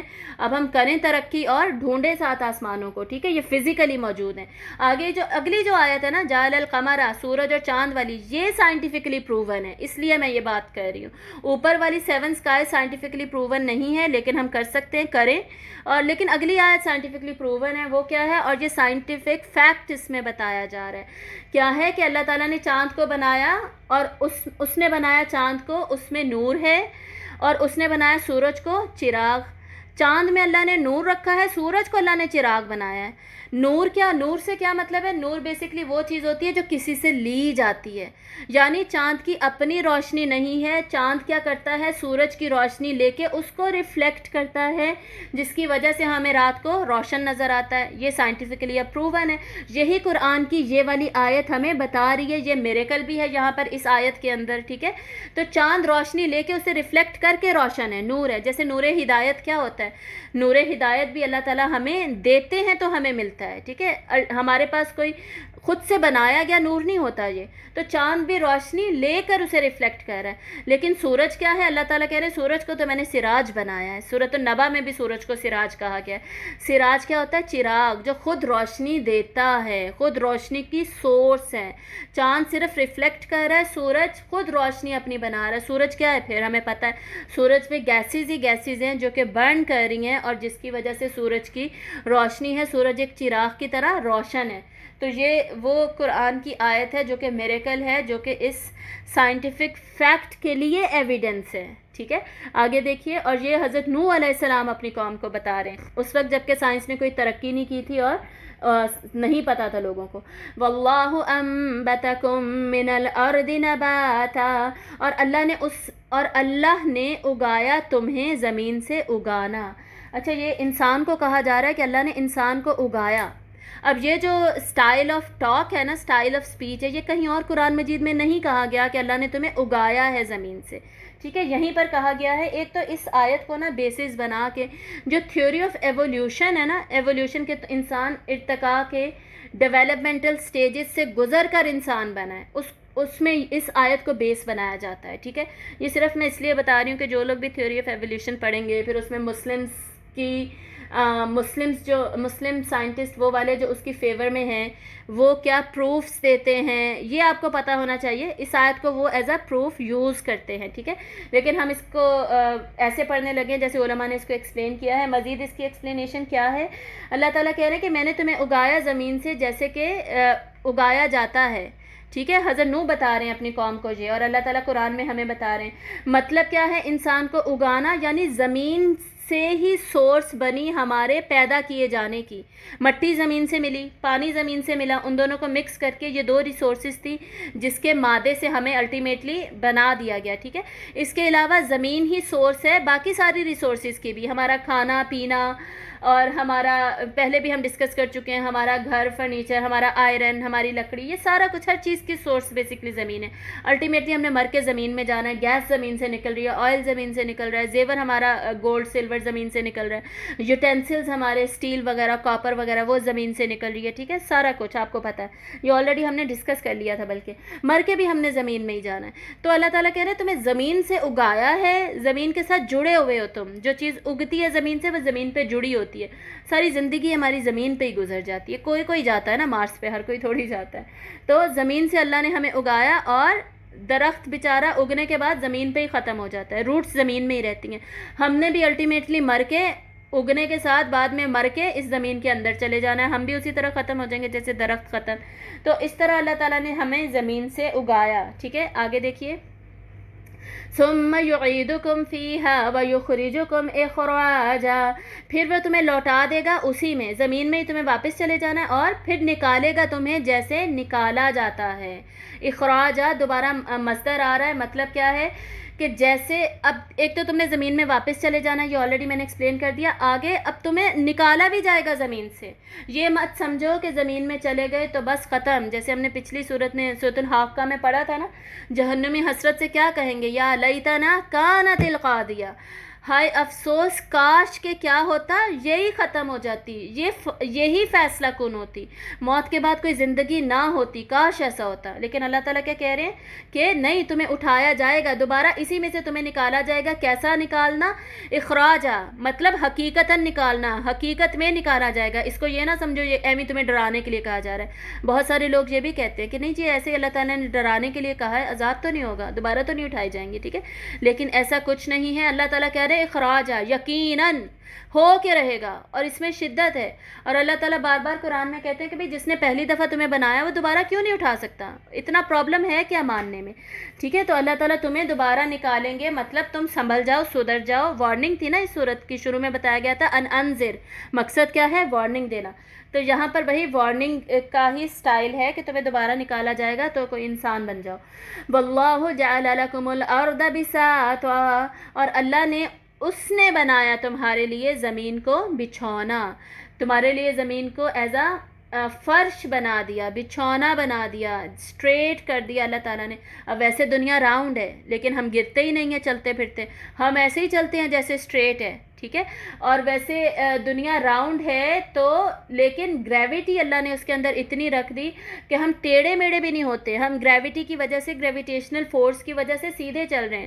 گریویٹیشنل فورس بھی اتنی رکھی ہے کہ ہم جمپ بھی کر سکتے ہیں، ہم آرام سے کون سے چل بھی سکتے ہیں. اگر وہ بھی ایک حد سے زیادہ ہوتی تو ہم تو زمین میں ہی دھنس جاتے، ہم زمین کے ساتھ جڑ جاتے. مقناطیسی پاور جو میگنیٹزم ہوتی ہے وہ جتنی اسٹرانگ ہو اتنا زیادہ وہ چیز میگنیٹ سے جڑ جاتی ہے نا، پھر ہٹ ہی نہیں پاتی. لیکن اللہ تعالیٰ نے ایک سرٹن کوانٹٹی گریویٹیشنل فورس کی رکھی ہے. اس کے علاوہ اللہ نے زمین کو بچھونا بنا دیا کا مطلب ہے کہ اللہ نے زمین کو ہمارے لیے مسخر کر دیا ہے، یوز کے لیے ہمارے لیے بنا دیا ہے. تو اس سے جتنے ہم بینیفٹس اٹھا سکتے ہیں وہ ہم اٹھا رہے ہیں، اور ہم اٹھاتے رہیں گے اور اٹھاتے رہتے ہیں. لِتَسْلُكُوا مِنْهَا سُبُلًا فِجَاجًا، تاکہ تم چلو اس کے رستوں میں جو کہ کشادہ ہیں، کھلے کھلے رستے ہیں. تو اللہ تعالیٰ نے زمین کو بچھونا بنا دیا، اس میں کھلے کھلے کشادہ رستے بنا دیے تاکہ ہم اس میں چلے پھریں، اپنی تجارت کریں. ہمیشہ شروع سے انسان کا سورس آف انکم جو زیادہ تر لوگوں کا رہا وہ تجارت کا رہا. قافلے آتے تھے، قافلے جاتے تھے، جہاں پانی دیکھتے تھے بس جاتے تھے، سویلائزیشنز بن جاتی تھیں، مسلسل ہجرتیں ہوتی تھی، تجارتیں ہوتی تھیں، ابھی بھی ٹریولنگ بھی ہوتی ہے، سیر و سیاحت بھی ہوتی ہے. تو اس طرح کے رستے اللہ تعالیٰ نے بتا دیے کہ تم زمین میں گھومو پھرو، زمین کی یہ ساری نشانیاں جو اللہ تعالیٰ بتا رہے ہیں ان سب کو دیکھو، غور و فکر کرو اور اللہ تعالیٰ کو مانو.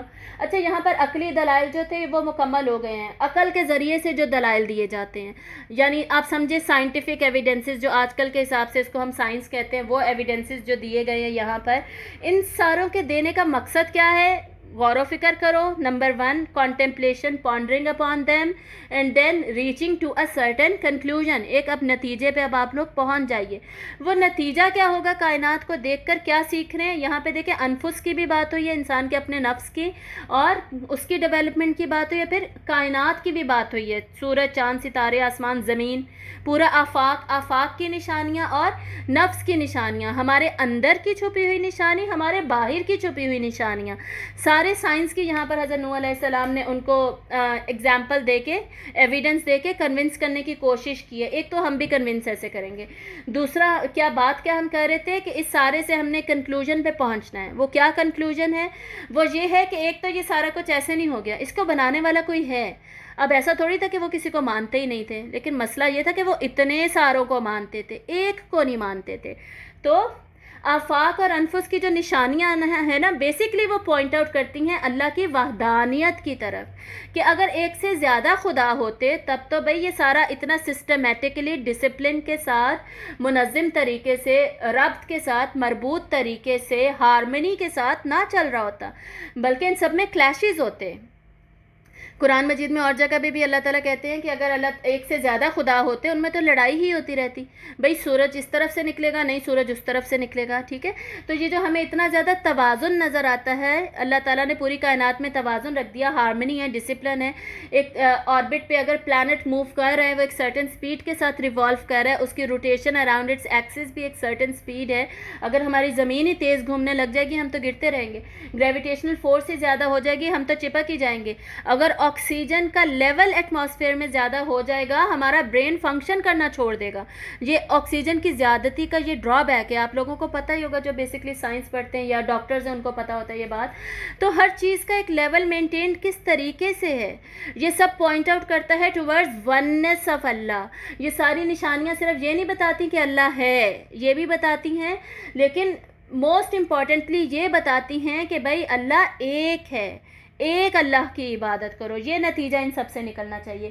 اب آگے مزید ہمیں بتایا جا رہا ہے کہ مزید حضرت نوح علیہ السلام نے کیا کہا، اپنے رب سے کیا کہا، مزید اللہ تعالیٰ سے وہ کیا باتیں کہہ رہے ہیں۔ اوپر بھی یہ جو تھا نا، یہ جو انہوں نے اپنے لوگوں سے کہا تھا، یہ بتا وہ اللہ تعالیٰ کو ہی رہے ہیں کہ یا اللہ میں نے اپنے لوگوں کو یہ بھی کہا، عقلی دلائل بھی دیے، ٹھیک ہے۔ ہمیں یہاں سے یہ کتنی امپورٹنٹ بات پتہ چل رہی ہے کہ ریسرچ کرنا اپنے اوپر، دنیا کے اوپر، سائنسز میں جانا، مختلف دنیا کی سٹڈیز میں جانا، اللہ تعالیٰ وہ ہم سے کہہ رہے ہیں کہ بھائی ان سٹڈیز میں جاؤ، ایکسپلور کرو، ریسرچ کرو، ایسٹروناٹس بنو، اور جو بننا ہے بنو، اور ڈاکٹرز بنو، انجینئرز بنو، وغیرہ وغیرہ آپ کو پتہ ہے۔ اور اس کے بعد لیکن اس سے پہنچو اللہ تک، ٹھیک ہے۔ اس کے ذریعے سے دنیا میں گم نہ ہو جانا، دنیا کی محبت میں نہ پڑ جانا، مال کمانے کا ذریعہ نہ اسے بنا لینا، اللہ کے ساتھ جڑے رہنا، ٹھیک ہے۔ یہ اصل میں یہاں پر کہا جا رہا ہے۔ اب آگے دیکھیے، آگے مزید حضرت نوح علیہ السلام اللہ تعالیٰ سے کیا کہہ رہے ہیں۔ قال نوح رب انہم عصونی واتبعوا من لم یزدہ مالہ وولدہ الا خسارا۔ کہا حضرت نوح علیہ السلام نے اپنے رب سے کہ اے میرے رب، بے شک یہ جو میری قوم ہے انہوں نے میری نافرمانی کی، اتنا اچھا میں نے انہیں ایکسپلین کیا، اتنے سارے میں نے انہیں دلائل دے دیے، استغفار کے میں نے انہیں فائدے بھی بتا دیے کہ بھئی تم کرو، تمہیں دنیا کے بھی فائدے ملیں گے، تمہارا رزق اتنا زیادہ بڑھ جائے گا۔ میں نے انہیں عقلی سائنٹیفک ایویڈنسز بھی میں نے انہیں دے دیے، پیار محبت سے بھی سمجھایا، پورا ٹائم میں نے انہیں دے دیا، پھر بھی یا اللہ میں نے انہیں یہ بھی بتایا کہ میری اطاعت کرو، وَأَطِيعُونَ، لیکن یہ کیا کر رہے ہیں، عصونی، یہ تو میری اطاعت ہی نہیں کر رہے، یہ تو میری نافرمانی کر رہے ہیں، بات نہیں مان رہی۔ اور انہوں نے پیروی کی اس کی جو نہیں زیادہ کیا جس نے ان کو ان کے مال اور اولاد میں مگر خسارے میں، ٹھیک ہے، نہیں زیادہ کیا جسے اس کے مال نے اور اس کی اولاد نے مگر خسارے میں۔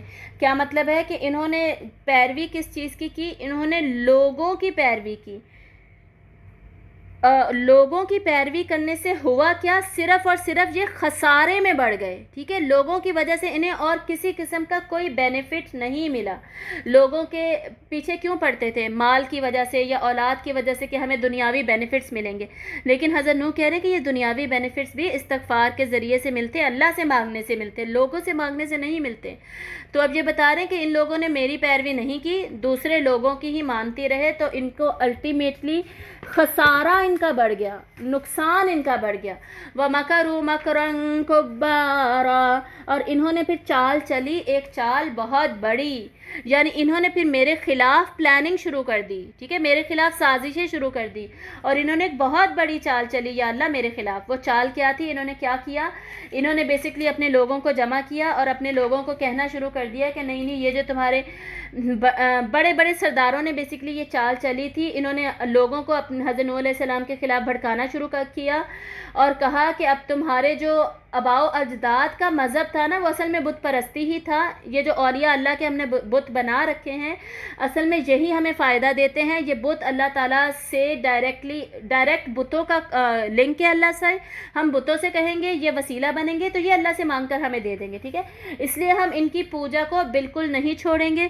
اور دیکھو یہ حضرت نوح کیا کہہ رہے ہیں، یہ تمہارے ہی بتوں کو، تمہارے ہی لوگوں کو تنقید کا نشانہ بنا رہے ہیں، ان کے اوپر آبجیکشنز لگا رہے ہیں، بالکل نہ ماننا ان کی بات۔ تو یہ وہ چال تھی جو کہ انہوں نے چلی اور مزید آگے ان لوگوں نے کیا کہا، آگے حضرت نوح بتا رہے ہیں کہ انہوں نے کیا کہا، وَقَالُوا لَا تَذَرُنَّ آلِهَتَكُمْ وَلَا تَذَرُنَّ وَدًّا وَلَا سُوَاعًا وَلَا يَغُوثَ وَيَعُوقَ وَنَسْرًا، اور انہوں نے کہا کہ ہرگز نہ تم چھوڑو اپنے الہوں کو، اور نہ ہی تم ہرگز چھوڑنا ود کو، نہ سوا کو، نہ یغوث کو، نہ یعوق کو، اور نہ ہی نصر کو۔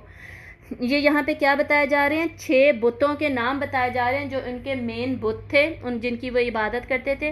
بیسکلی کچھ اولیاء اللہ تھے جو ان کے پیچھے، حضرت نوح سے پہلے جو نبی گزرے تھے ان کے فالوورز جو بہت زیادہ اللہ کی عبادت کرنے والے تھے، وہ بزرگ جب فوت ہو گئے نا، شیطان نے ان کے دل میں بات ڈالی کہ بھئی تم ان کے بت بنا کے نا انہی جگہوں پہ رکھ لو جہاں یہ بیٹھا کرتے تھے، تاکہ لوگوں کو موٹیویشن ہو، وہ اللہ کی عبادت انہیں دیکھ دیکھ کے کرتے رہیں گے۔ شروع میں بت پرستی نہیں آئی کی، اس طرح شیطان آئی تھی، اس طرح شیطان نے انہیں کنونس کیا تھا۔ وہ پھر جب اس مسئلے میں پڑ گئے تو آگے آنے والی نسلوں نے کیا سمجھا کہ ہمارے آباء و اجداد ان کی پوجا ہی کرتے ہوں گے، تو وہ الٹیمیٹلی شرک میں انوالو ہو گئے۔ اسی لیے ہمیں بھی منع ہے تصویریں ہر طرح کی بنانا، اللہ نے منع کیا ہے۔ یہ بت بنانا، پتلے بنانا، ان کو بنانا بھی منع ہے، ان کو اپنے گھروں میں رکھنا بھی منع ہے، جانداروں کی تصویریں لگانا بھی منع ہے۔ یہ سب کیوں منع ہے؟ الٹیمیٹلی لوگ شرک میں انوالو ہو جاتے ہیں، ٹھیک ہے؟ تو اس سے بچنے کے لیے کیا ضروری ہے؟ جو اللہ اور اس کے رسول نے حکم دے دیا ہم وہی کریں، ان چیزوں میں انوالو بالکل نہ ہوئیے۔ جن کے گھروں میں تصویریں وغیرہ لگی ہوئی ہیں پلیز وہ اللہ تعالیٰ کا حکم مانیں، رسول کی اطاعت کیجئے، انہیں ہٹا دیجئے۔ اس کے بغیر بھی گھر بہت خوبصورت ہی لگتے ہیں، اس کے بغیر کیلیگرافیز لگا لیجئے، سینریز لگا لیجئے، گھر بہت خوبصورت لگتے ہیں اس کے بغیر بھی۔ تو حضرت نوح کیا کہہ رہے ہیں کہ انہوں نے یہ بات پھیلا دی کہ اپنے الہوں کو مت چھوڑنا، اپنے بتوں کو مت چھوڑنا، یہی فائدہ دینے والے ہیں۔ وَقَدْ أَضَلُّوا كَثِيرًا، اور یقیناً انہوں نے کثیر تعداد کے لوگوں کو بھٹکا دیا، یعنی یہ جو سردار تھے انہوں نے عام عوام کو باتوں میں لے گئے، بھٹکا دیا ان کو۔ وَلَا تَزِدِ الظَّالِمِينَ إِلَّا ضَلَالًا، اور نہ تو زیادہ کر ظالموں کو مگر گمراہی میں۔ اب حضرت نوح علیہ السلام، میں نے بتایا تھا نا کہ اب آخری دور کی بات ہو رہی ہے جب حضرت نوح علیہ السلام اب اللہ سے فریاد کر رہے ہیں اور اب اپنی قوم کو بد دعا بھی دے رہے ہیں کہ یا اللہ اب ان کو بس یہ جو ہے نا ظالم لوگ ہیں ان کی اب گمراہی ہی صرف زیادہ ہو۔ یہاں سے یہ نہ سمجھے گا کہ حضرت نوح علیہ السلام کوئی بے صبری دکھا رہے ہیں، کوئی جلدی دکھا رہے ہیں، ایسا کچھ نہیں ہے، بلکہ حضرت نوح علیہ السلام کسی قسم کی بے صبری نہیں دکھا رہے۔ بد دعا کی وجہ بے صبری نہیں ہے بلکہ 950 ایئرز گزر چکے، اب انہوں نے اپنے تجربے سے دیکھ لیا، اپنے ایکسپیرینس سے انہوں نے یہ دیکھ لیا کہ ان پر حجت تمام ہو چکی ہے، یہ لوگ اب سیکھنے والے نہیں ہیں، اب ان کی مہلت ختم ہی ہونے والی ہے، ٹھیک ہے؟ نبی اور رسول کو ویسے بھی آئیڈیا ہوتا ہے کہ اب اللہ کا عذاب آنے والا ہے، اللہ سے ان کا مسلسل ڈائریکٹ لنک ہوتا ہے، انہیں غیب کا علم نہیں ہوتا، لیکن تجربے کی بنا پر انہیں اندازہ ظاہر ہوتا ہے، جیسے ہم لوگوں کو بھی اب اندازہ ہے کہ قیامت تو جتنے حالات خراب ہو چکے ہیں نا، بس قیامت تو اب آنے والی ہے، ہم بھی تو ایسے کہتے ہیں نا، تو بس یہی چکر تھی، انہیں بھی پتا تھا کہ جی ان کے اب حالات اتنے خراب ہو چکے، اب ان کا بننا کوئی نہیں ہے، یہ مکمل ظالم لوگ ہیں۔ ظالم کون ہوتا ہے؟ جو اپنے اوپر ظلم کر رہا ہے، اپنے لیے جہنم خریدے جا رہا ہے، ٹھیک ہے؟ اللہ کی مان ہی نہیں رہا، اب تبدیلی کا امکان ان میں رہا ہی نہیں ہے، اب یہ بدلنے والے نہیں ہیں، ٹھیک ہے؟ جب یہ حضرت نوح علیہ السلام کو احساس ہو گیا آفٹر 950 ایئرز، تو حضرت نوح علیہ السلام کیا کہہ رہے ہیں، یا اللہ ولا تزد الظالمین الا ضلالا، کہ یا اللہ ان ظالموں کو تو زیادہ کر دینا گمراہی میں۔ مما خطیئاتہم اغرقوا فادخلوا نارا، تو اللہ تعالیٰ بھی اب بتا رہے ہیں کہ یہ حضرت نوح کی وجہ سے ان پہ عذاب نہیں آیا، بلکہ مما خطیئاتہم، ان کی اپنے گناہوں کی وجہ سے، ان کے اپنی خطاؤں کی وجہ سے یہ ہوا۔ کیا ہوا؟ وہ غرق کیے گئے، اللہ تعالیٰ نے ان طوفان نوح بھیجا، آسمان سے پانی برسا، زمین نے پانی نکالا، اتنا زیادہ پانی ان پر جمع ہو گیا، اور یہ لوگ اونچے پہاڑوں پر چڑھ گئے، لیکن پانی نے اونچے پہاڑوں تک پہنچ کر ان سب کو ہلاک کر دیا۔ حضرت نوح علیہ السلام نے کشتی آلریڈی بنا لی تھی، جب حضرت نوح کشتی بنایا کرتے تھے یہ لوگ ساتھ سے گزرتے تو مذاق اڑایا کرتے، یہ پوری سٹوری ہمیں پچھلی صورتوں میں ملتی ہے جن کے میں نے آپ کو نام بتا دیے تھے۔ تو سردار گزرتے مذاق اڑاتے کہ دیکھو یہ کشتی بنا رہا ہے، یہاں تو بارشیں بھی نہیں ہو رہی، قحط چل رہا ہے اور یہ کشتیاں بنا رہا ہے، ٹھیک ہے. تو حضرت نوح کہتے ہیں کہ بھائی تمہیں پتہ چل جائے گا حقیقت میں کس وجہ سے بنا رہا ہوں.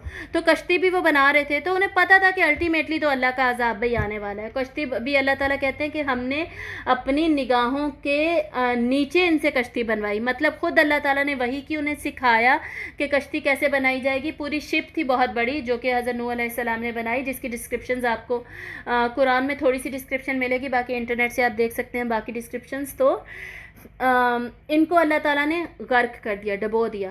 فَأُدْخِلُوا نَارًا، پھر وہ داخل کیے گئے آگ میں. کیا مطلب ہے آگ میں داخل کیے گئے؟ جہنم کا عذاب ابھی ملنا ہے فیصلوں کے بعد. جب فیصلے ہو جائیں گے نا یوم حشر پہ، میدان حشر میں سب جمع ہوں گے، فیصلے ہوں گے، پھر جہنم کے دروازے کھلیں گے، جہنم میں پھینکا جائے گا. یہاں پہ کس کی بات ہو رہی ہے؟ عذاب قبر کی. جو عالم برزخ ہے وہیں سے عذاب شروع ہو جاتا ہے. عالم برزخ سے ہی اچھے لوگوں کی جنت بھی شروع ہو جاتی ہے، جنت کی کھڑکیاں کھول دی جاتی ہیں ان کے لیے، اور برے لوگوں کے لیے عذاب قبر شروع ہو جاتا ہے. یہ عذاب قبر کی دلیل بھی اس آیت کو بنایا جاتا ہے، یہاں سے ہمیں پتہ چل رہا ہے. تو پھر وہ داخل کیے گئے آگ میں، غرق ہو کے ان کی مصیبت ختم نہیں ہو گئی. کانت القادیہ والی بات نہیں ہوئی کہ جی موت آئی بس بات ہی ختم، وہ نہیں ہوگا کبھی بھی. ٹھیک ہے، موت آئی، غرق ہوئے، بات ان کی ختم ہی نہیں ہوئی، آگے آگ میں بھی ڈالے جا رہے ہیں. مسلسل عالم برزخ میں بھی عذاب میں ہیں، قیامت کے دن حساب ہوگا، پھر دوبارہ عذاب. فَلَمْ يَجِدُوا لَهُم مِّن دُونِ اللَّهِ أَنصَارًا، پھر نہ انہوں نے پایا اپنے لیے سوائے اللہ کے کوئی بھی مددگار. اور پیچھے بھی ہم نے پڑھا تھا وَلَا يَسْأَلُ حَمِيمٌ حَمِيمًا، کہ کوئی گہرا دوست اس دن کام آنے والا نہیں ہے. قبر میں بھی کوئی کام نہیں آئے گا. اللہ کے مدد کے علاوہ کوئی مدد نہیں ان کو آئی. اللہ نے بھی اب ان کی مدد نہیں کرنی تھی، اور اللہ کے علاوہ بھی وہ کسی کو مددگار پا ہی نہیں سکتے. یعنی اللہ کے عذاب کے خلاف جو دنیا میں ان پہ عذاب آیا، غرق ہوئے، پھر قبر میں ان پر عذاب آ رہا ہے، اس سب میں کسی قسم کی کسی انسان کی مداخلت نہیں اب ہو سکتی، اب کوئی مدد نہیں کرے گا. وَقَالَ نُوحٌ رَبِّ لَا تَذَرْ عَلَى الْأَرْضِ مِنَ الْكَافِرِينَ دَيَّارًا. اب یہاں سے حضرت نوح علیہ السلام مسلسل اپنے رب سے ان لوگوں کی شکایت کر رہے اور ان کے لیے اب بد دعا دے رہے ان کو عذاب کے بارے میں، ان کے لیے عذاب کے بارے میں بات کر رہے. ٹھیک ہے، آپ صلی اللہ علیہ وآلہ وسلم نے فرمایا، آپ صلی اللہ علیہ وسلم کی حدیث ہے کہ ہر رسول کو ایک ایسی دعا دی جاتی تھی جو کہ وہ ضرور قبول ہوگی. اللہ تعالیٰ ایک آپشن دیتے تھے ہر رسول کو کہ تم ایک دعا مانگ لو جو کہ تمہاری ضروری قبول ہوگی. ٹھیک ہے، 100% قبول ہوگی.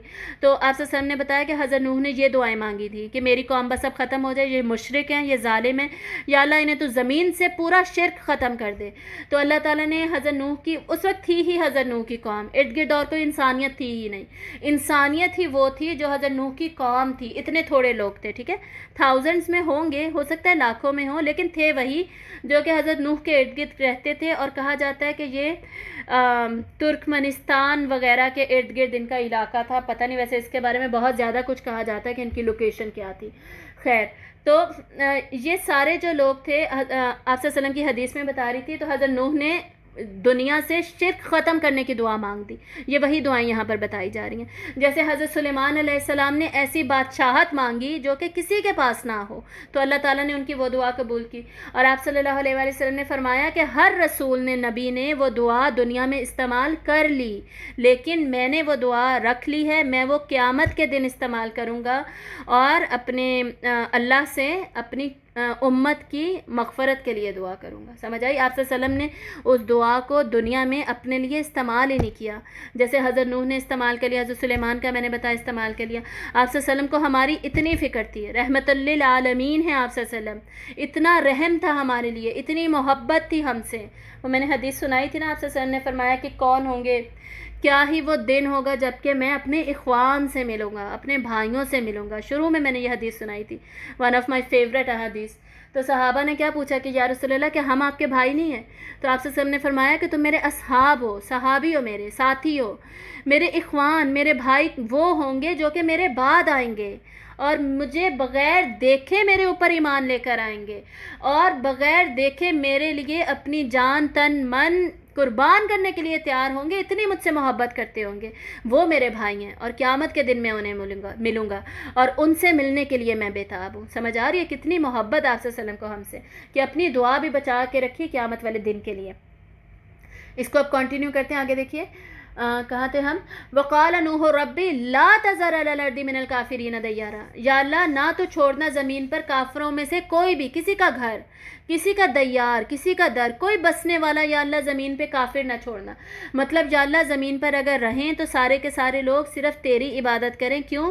کیونکہ ان الشرک لظلم عظیم، شرک سب سے بڑا ظلم ہے جو ہم اللہ کے حق میں کمی کر کے کرتے ہیں۔ ظلم کی ڈیفینیشن کیا ہے؟ ظلم کی ڈیفینیشن ہوتی ہے کسی کے حق میں کمی کرنا۔ تو اللہ کے حق میں ہم کمی کرتے ہیں جب اللہ تعالیٰ کو ایک نہیں مانتے۔ شیئر کر دیجیے گا، ٹھیک ہے انشاءاللہ۔ پلیز مجھے میسیج بھی کر دیجیے گا، میں یہ دونوں حدیثیں شیئر کر دوں گی ورنہ مجھے بھول بھی جاتا ہے، ٹھیک ہے۔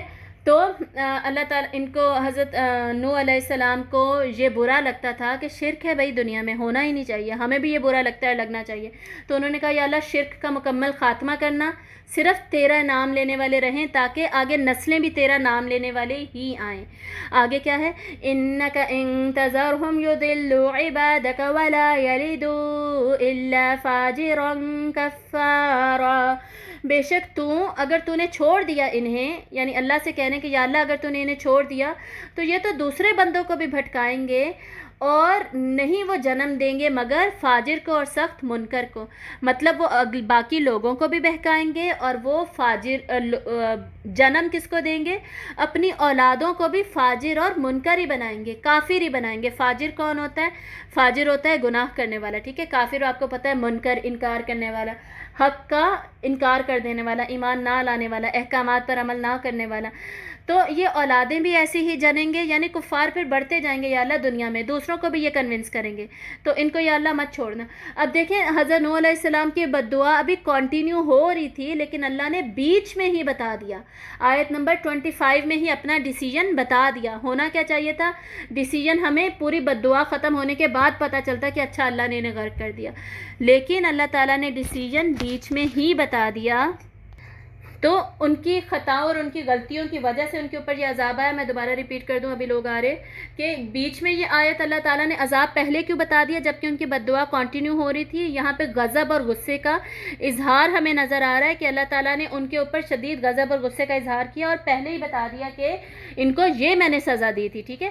اور دوسرا ہمیں بھی ڈرایا جا رہا ہے اور خصوصاً مشرکین مکہ کو یہ آیات سنائی جا رہی تھی اور بتایا جا رہا تھا کہ آؤٹ آف کیوریوسٹی ہم اینڈ تک ویٹ کریں کہ جی ان کا ہوا کیا۔ اللہ نے بیچ میں ہی بتا دیا کہ ان کو غرق کر دیا گیا، آگ میں داخل کیے جا رہے ہیں۔ تیسرا ہمیں یہ بات پتہ چل رہی ہے کہ ان پہ عذاب حضرت نوح کی بد دعا کی وجہ سے نہیں آیا بلکہ ان کی اپنی خطاؤں، اپنی غلطیوں، اپنی گناہوں کی وجہ سے آیا کہ یہ لوگ نہ ایمان لائے نہ ہی انہوں نے اپنا طریقہ، اپنی روش کو بدلا۔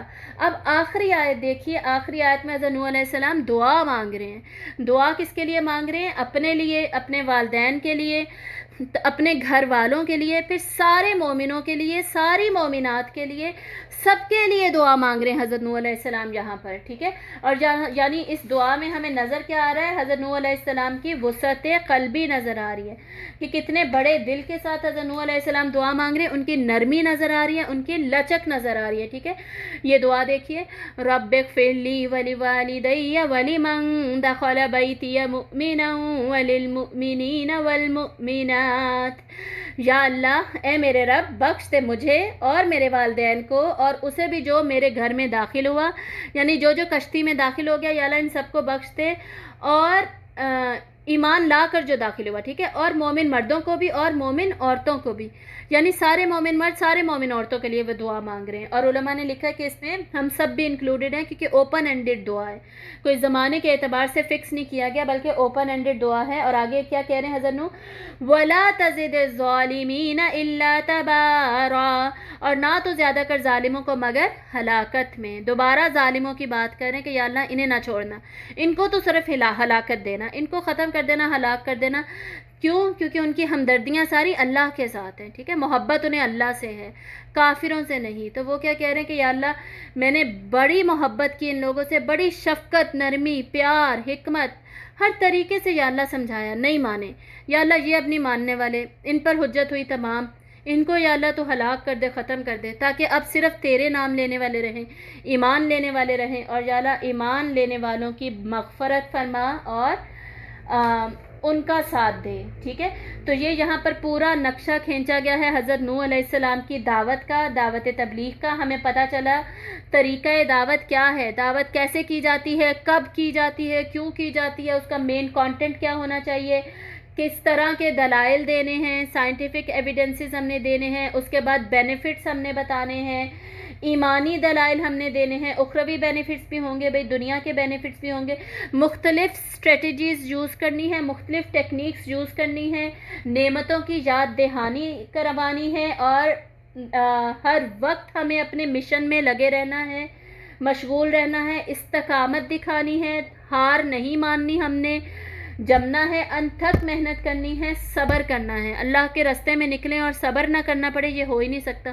اللہ کے راستے میں نکلیں اور مشکلات نہ آئیں, یہ نہیں ہوتا. ٹھیک ہے, یہ مین پیغام آپ صلی اللہ علیہ وسلم کو بھی دیا جا رہا تھا, ہم سب کو بھی دیا جا رہا ہے. تو صبر کیجئے حضرت نوح علیہ السلام کی طرح, پرزسٹنس دکھائیے, کنسسٹنسی شو کیجئے, جیسے انہوں نے 950 ایئرس تک کیا, ثابت قدم رہے, اور یہ فکر نہ کیجئے آؤٹ کم کیا نکل رہی ہے, کتنے لوگ الٹیمیٹلی ہماری طرف آ رہے ہیں. ہمارا کام کیا ہونا چاہیے, دل جمی کے ساتھ, پورے علم کے ساتھ ہم اپنی بات آگے پہنچاتے رہیں, بہترین خوبصورت طریقے کے ساتھ, اللہ سے اجر کی امید رکھتے ہوئے. ٹھیک ہے, لوگوں کا کیا رسپانس ہے پھر اس پہ اتنی فکر نہیں کرنی چاہیے. اللہ سے کنیکشن مضبوط کرنا چاہیے, اللہ سے ہر وقت باتیں کرنی چاہیے, جیسے حضرت نوح علیہ السلام کہہ رہے تھے, اللہ کے ساتھ ہمارا رشتہ تعلق بہت زیادہ مضبوط ہونا چاہیے, رسول کی اطاعت کرنی چاہیے. یہ سارے لیسنز ہم نے شروع میں بھی پڑھ لیے تھے, ساتھ ساتھ بھی پڑھے, اور اینڈ میں بھی میں نے اس صورت کو کنکلوڈ کر دیا, سارے لیسنز ریپیٹ کر لیے, تاکہ کوئی یہ نہ سمجھے کہ ہم نے صرف قصہ ہی پڑھا ہے. قصہ برائے قصہ ہم نے نہیں پڑھا, قصہ سنانے کے لیے صرف قصہ ہم نے نہیں پڑھا, یہ سارے لیسنز لینے کے لیے ہم نے قصہ پڑھا. اب ہم انشاءاللہ اس صورت کی خوبصورت تلاوت سننے لگے ہیں. محمد صلاح نافع ہیں ایک ریسائٹر, بہت ہی خوبصورت انہوں نے یہ صورت پڑھی ہے, اس کو سنیے گا. بسم اللہ الرحمن الرحیم. انا ارسلنا نوحا الى قومه ان انذر قومك من قبل ان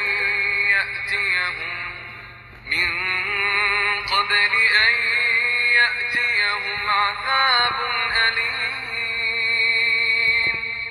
قال يا قوم إني لكم نذير مبين.